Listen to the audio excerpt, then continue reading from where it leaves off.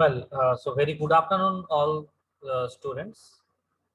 So in the last class, we have already started discussing about laser beam machining, LBM. And in the previous class, I have discussed how a laser beam is formed and what are the ways, what is the physics behind it. I have discussed about spontaneous absorption. I have discussed about spontaneous emission. Then what is the time duration? And then I already discussed like metastable state of electrons, population inversion, then stimulated emission, phase coherency. So these things already I have discussed in the last class. Also, I talked about pumping medium. I have played a video where you might have seen that flash lights or flash lamps are used as pumping medium over there.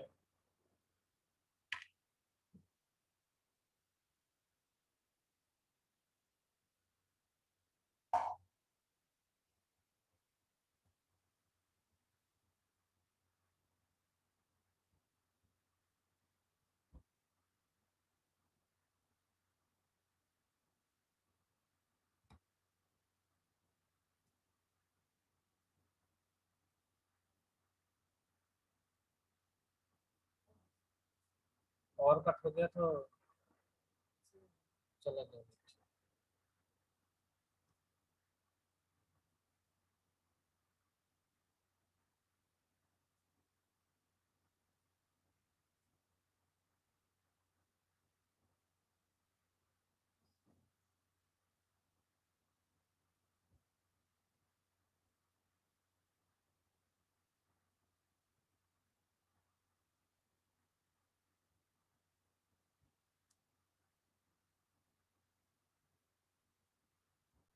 Okay, so there was some interruption. Okay, due to power cut. Now I think it is all right. So as I was discussing that in the last class, we have discussed many things. We have already discussed like how we are going to generate laser beam and all. And in today's class, I will be discussing about the lasing mediums, and then we will move forward to the working principle, like what are the different types of lasers which are available, and then we will move ahead with uh, this thing. Oh, well, then we'll move ahead with working principle. So types of lasers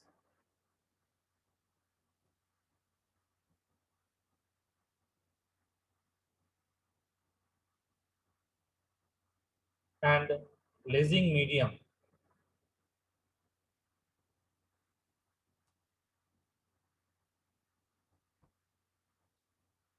So we are going to discuss about types of medium and laser and lasing medium. So number one, we have got gas lasers. Under gas lasers, we have helium neon type,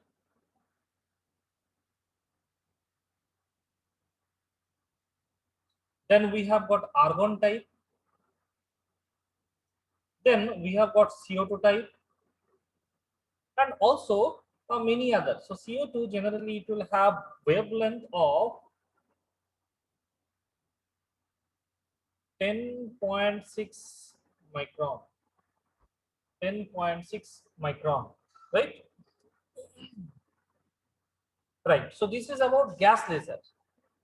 Besides, we have solid state lasers also.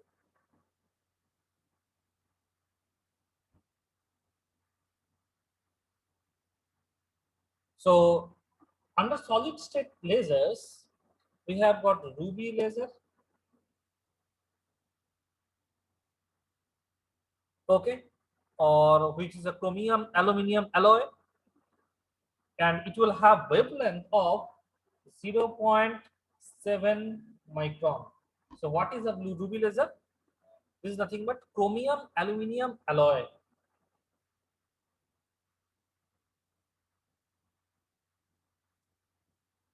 right? Then we have got ND glass laser. We have got ND glass laser. So here we'll have wavelength of somewhere around 1.64 microns. Okay. Also, we will have NDYAG. Yeah, already this one I have shared or I have discussed in the last class. So it will have wavelength of 1.06 micron, right? So this is about the types of lasers or lasing medium which we are going to use. Now this CO2 we prefer, okay, and here Ruby and all these kinds of things will prefer, but I will be discussing about this Ruby laser and the CO2 type of laser over here. Okay, so first, hope you people have noted down. First, we will go for solid state laser.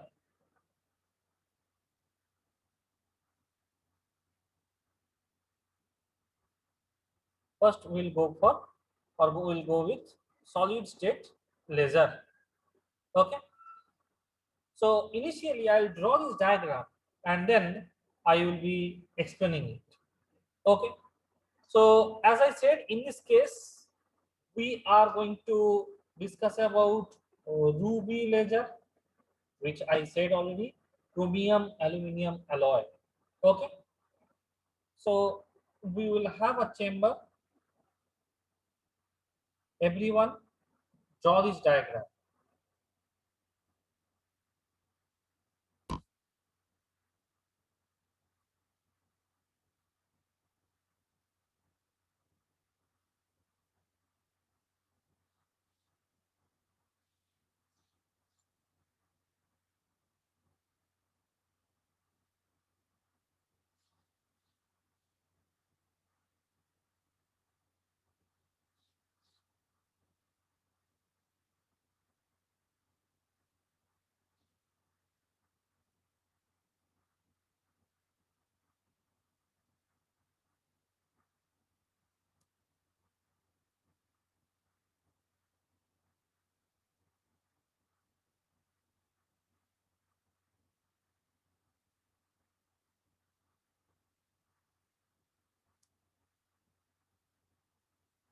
And in exam also you have to draw it compulsory.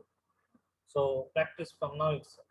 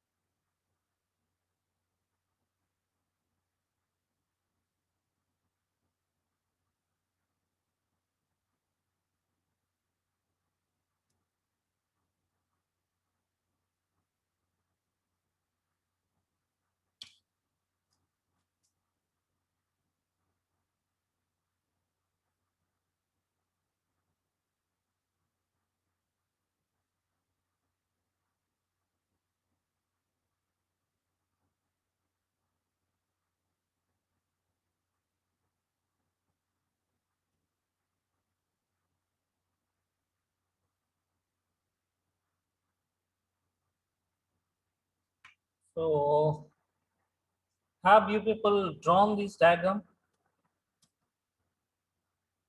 or I'll have to wait?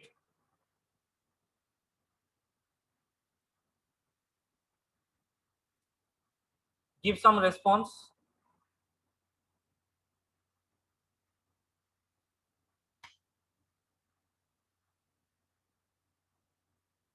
Have you drawn the diagram?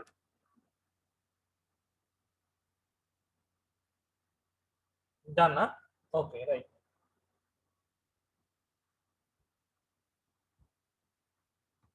So what are the different parts of it? This particular thing, actually, as I said, that we will have a very good wavelength, okay, and generally in case of solid state kind of laser, the wavelength will be somewhat less, okay. Now we will have a look on this particular laser. This one, this one, okay, this blue color one is the ruby rod. Okay, this is my ruby rod.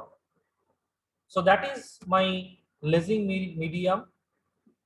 Around that, what is this? This is the flashlight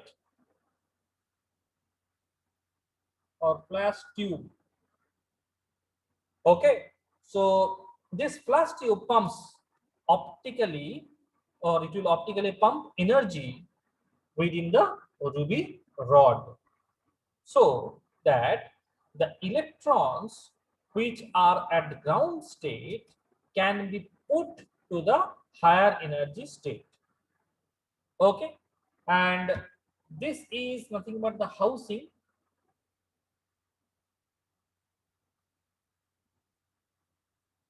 This outside, this one, this is nothing but the housing.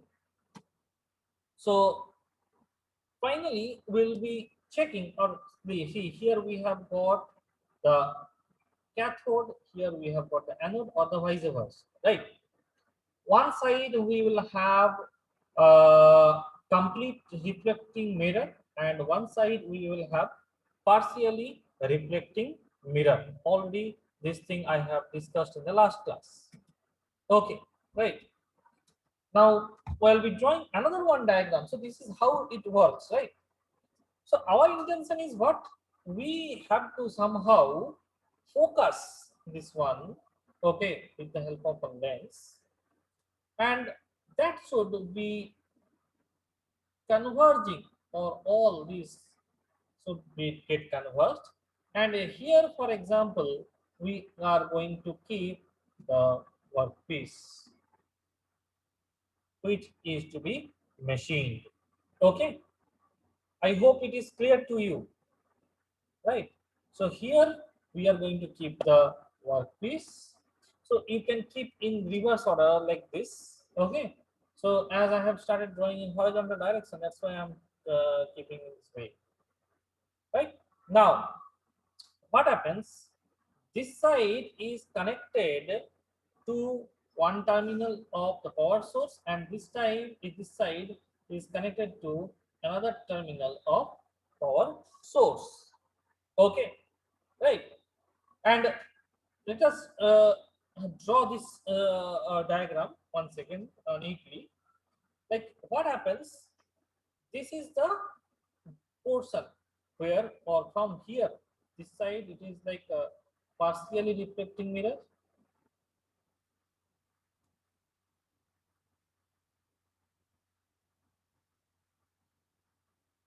and this is fully reflecting mirror,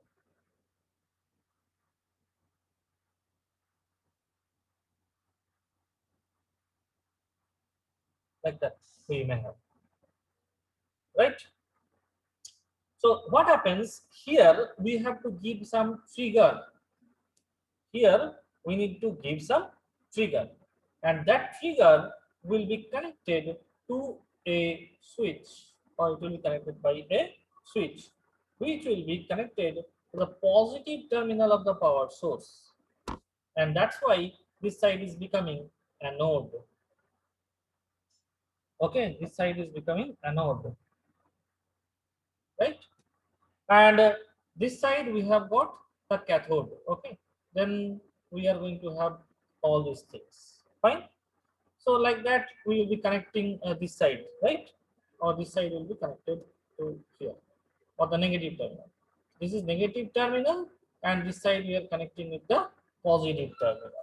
I hope you people understood it. And in order to give a very good power supply or continuous power supply, what we need? We need to connect a capacitor along with it.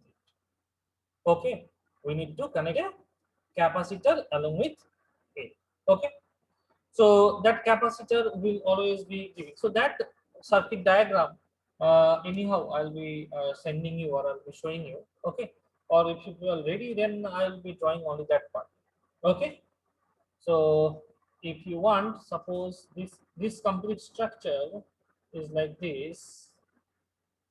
Okay, and from here the laser light, here we have got the lens and the laser light is focused on it, and here we have the one piece which is being machined. Okay, right, this is being machined. So this is the part, okay, with which we have connected, and this is the bottom part of this part, right? Okay, so these two will be connected to each other, and here we will have a capacitor, and we will be connecting with some resistance. Okay, it should be like something like that. This is 5 volt power supply we will have, and this portion will be, or this part will be grounded. Okay, so this is something which is going to happen actually, right? So I expect that if each of you just do all this thing, just draw this diagram also.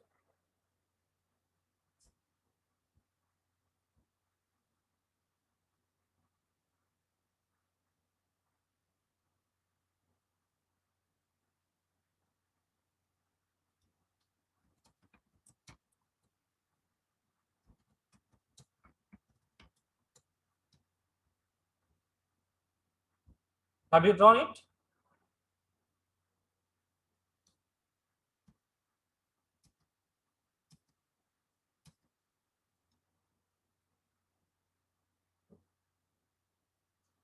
Just to give some response.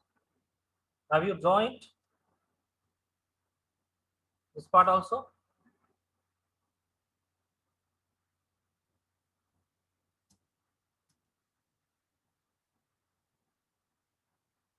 Okay. Now I'll now start my explanation. So what happens? I said already, this flash light or flash sync system or flash tube, that will uh, it energized this ruby rod, or it will pump energy. Okay, or it will pump energy within the ruby rod in order to create population inversion.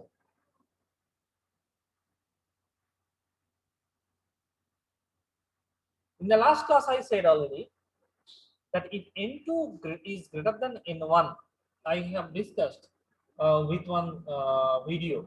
Let's say this is ground level, and here number of electrons are N1, and once this flashlight we are igniting, or we are giving power to this, then what happens?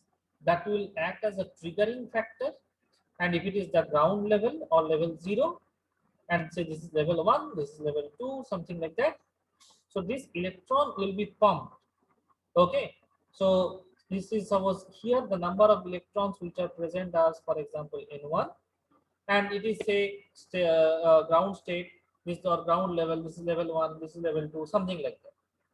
And if we find that here the number of electrons present are N2, and in any case N2 is greater than N1, then this will be known as population inversion. Already in last class I have discussed. Okay, right. So how this population inversion is done, or how it is done? So you have seen this capacitor. Okay, so capacitor from the power supply, and this capacitor is charged and discharged simultaneously. The charging time and the discharging time is determined by this resistor. Here we have got the resistor. This is the capacitor CR. Okay, so it's determined by this resistor. So by this only we will find the charging time and discharging time. Okay, and here I said we will have a switch, and this switch only will initiate the first emission, and you will see then that this laser light is interacting with the workpiece. Okay, so this is how a UV laser or a solid state laser works. Is it clear to you? Anybody? Any question?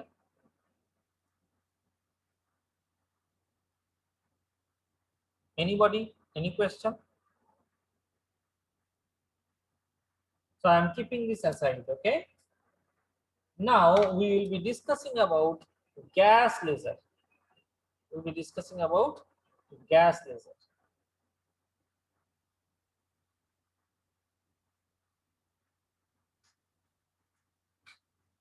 Gas laser. Okay. So once again, we have to draw the diagram. So everyone start drawing the diagram. Here we will have this one. Okay.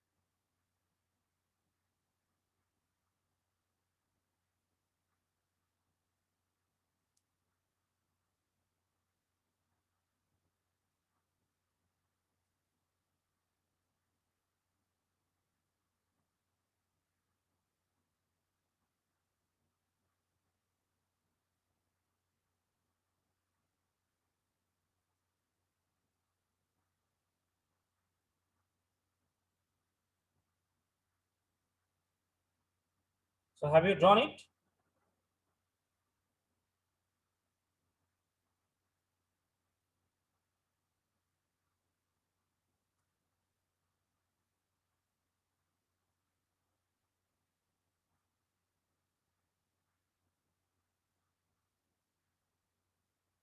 So everyone just draw this.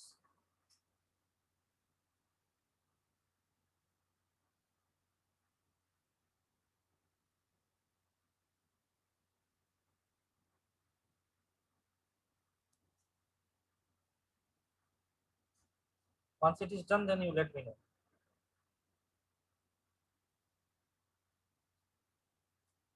So our intention here also should be to create population inversion. Okay.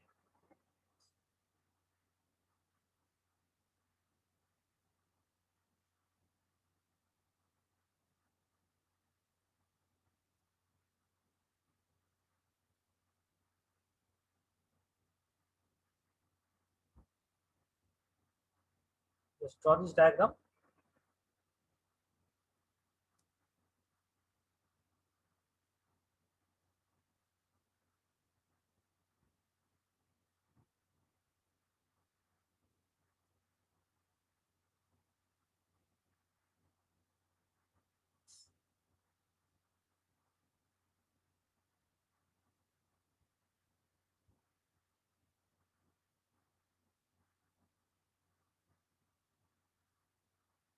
Finish drawing it.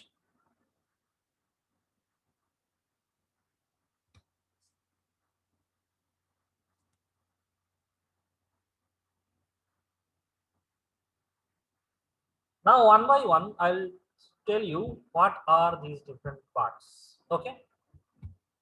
So this side is positive terminal of the power source, and this side is a negative terminal of the power source. Okay. And these are connected to a very high voltage power source.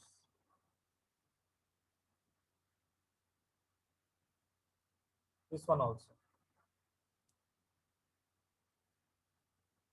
Okay. So this is the tube from which we are injecting some coolant, and from here the coolant is coming out.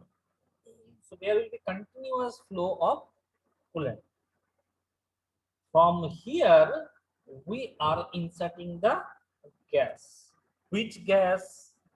It will consist CO2 into helium, and this gas will come out in this, from this way. Okay, right? So as I said, in this case also we have to we have the need to do population inversion of electrons. Okay, so continuously carbon dioxide, nitrogen, and helium we are inserting, and this is our actual complete laser tube. Okay, laser tube. Now, why carbon dioxide is used? Carbon dioxide is my lasing medium. Okay, so CO2 is the lasing medium. And why this nitrogen and helium, these two gases are used? These two gases are coolant gas as well as support gas. Okay, right? So the mixture of carbon dioxide, nitrogen, and helium are going through this particular path or this particular port, and is coming out from this particular port. Okay, and I already mentioned that we need to supply very high voltage to the anode and cathode, so that an electrical discharge will be established between these two electrodes. Then what happens?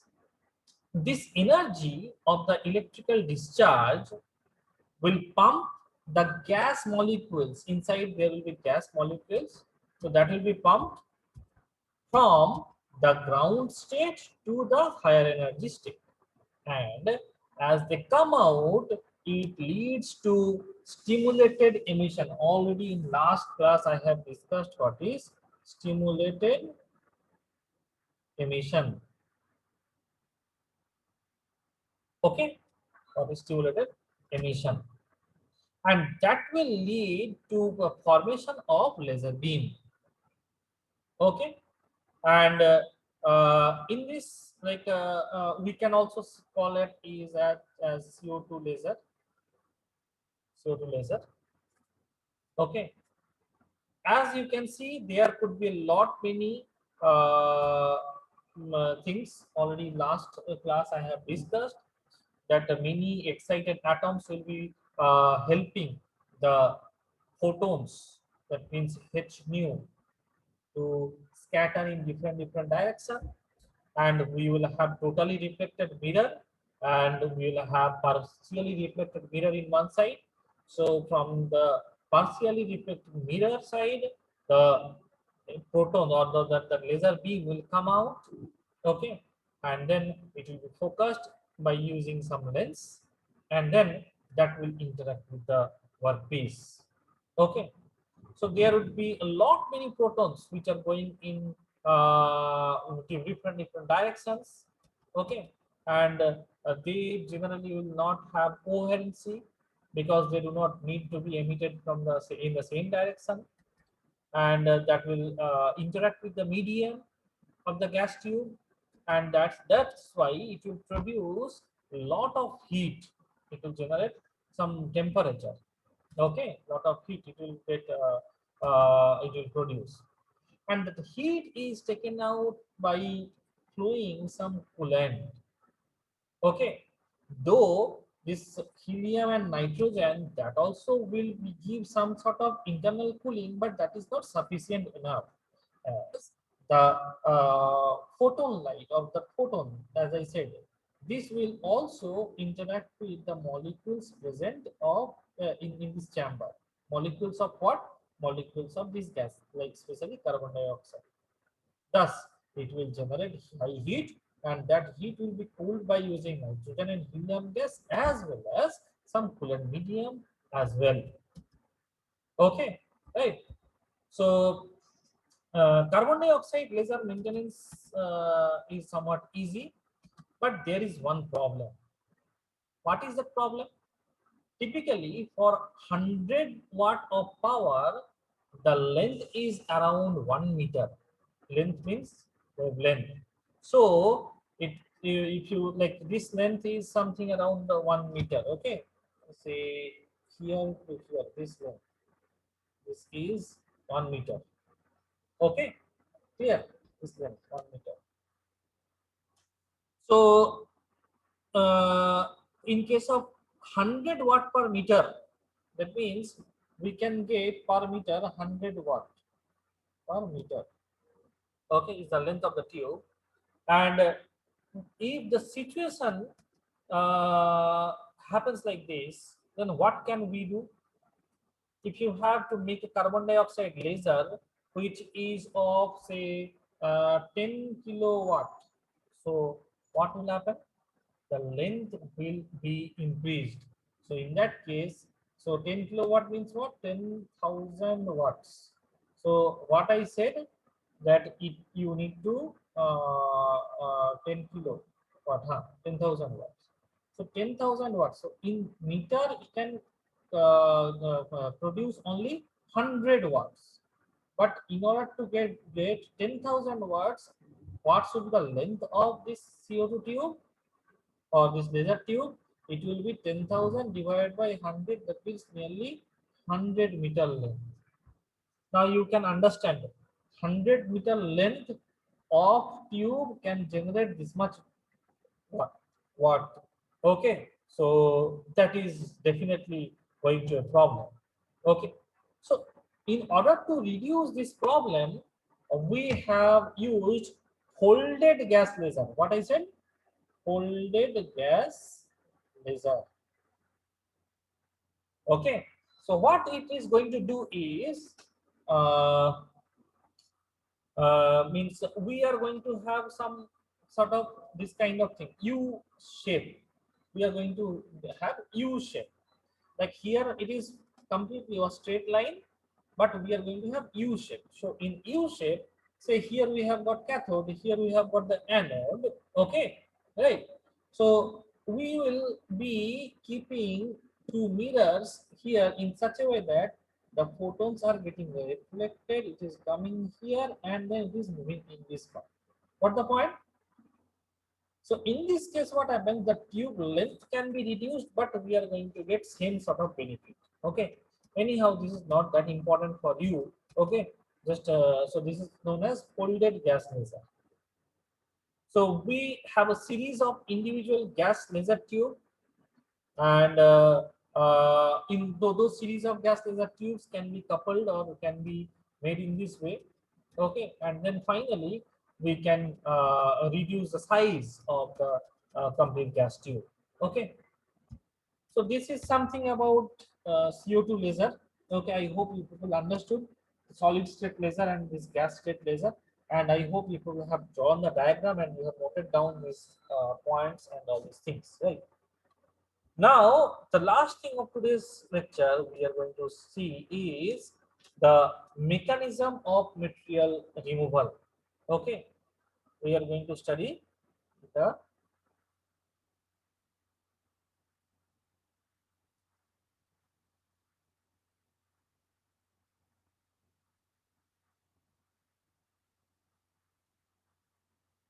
mechanism of material removal, right? So what is the mechanism? Okay. Uh, so it is somewhat similar to the mechanism of material removal by using EBM, which we have already studied.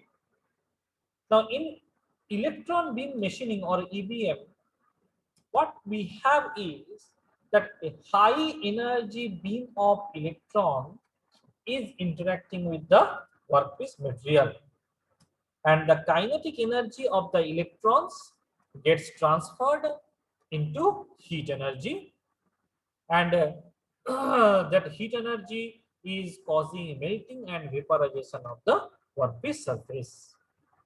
Here also, the energy of the photons or the laser beam has to be absorbed by the work material, and once the energy of the beam is absorbed by the work material, then what will happen?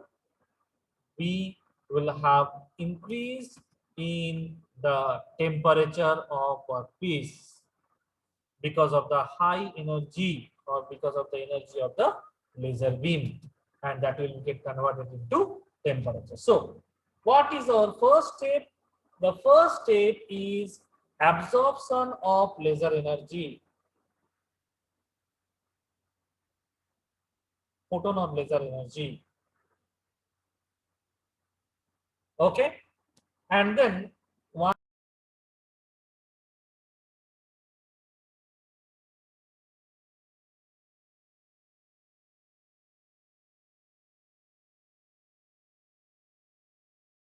something went wrong. 1 second.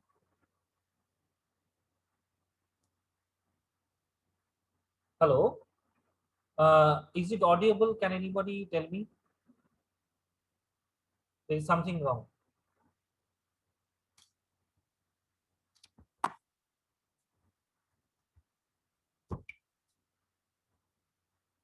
Well, I think it is audible, right?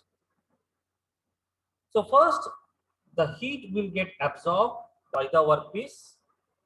Okay, and then we will have rapid rise in temperature. Rapid rise in temperature, and due to that, melting and vaporization will take place.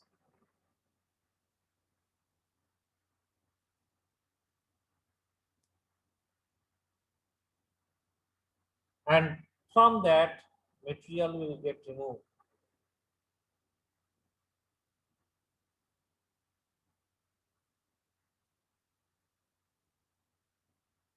Okay, material will be removed, right? So one thing you remember, in case of carbon dioxide or CO2 laser, which is mainly used for cutting action, okay, which can be also called as slitting of option or slitting action. Here we can use some gas assistance also. Okay, gas assistance for enhancing the material removal. Okay, so the material removal mechanism in LBM is exactly similar to the laser beam machining. Okay, or electron beam machining, which we have already covered in the last class. So in next class, I'll be discussing about the characteristics of laser, especially ND-YAG laser and CO2 laser. Okay, so comparison, wavelength, efficiency, beam mode, what is the spot size, etc. Then pulse rate, etc. Then I'll be discussing about the application, then limitations as well as advantage of it. Okay. So if anyone has anything to ask me, you are free to ask, or else we will move ahead for the next class.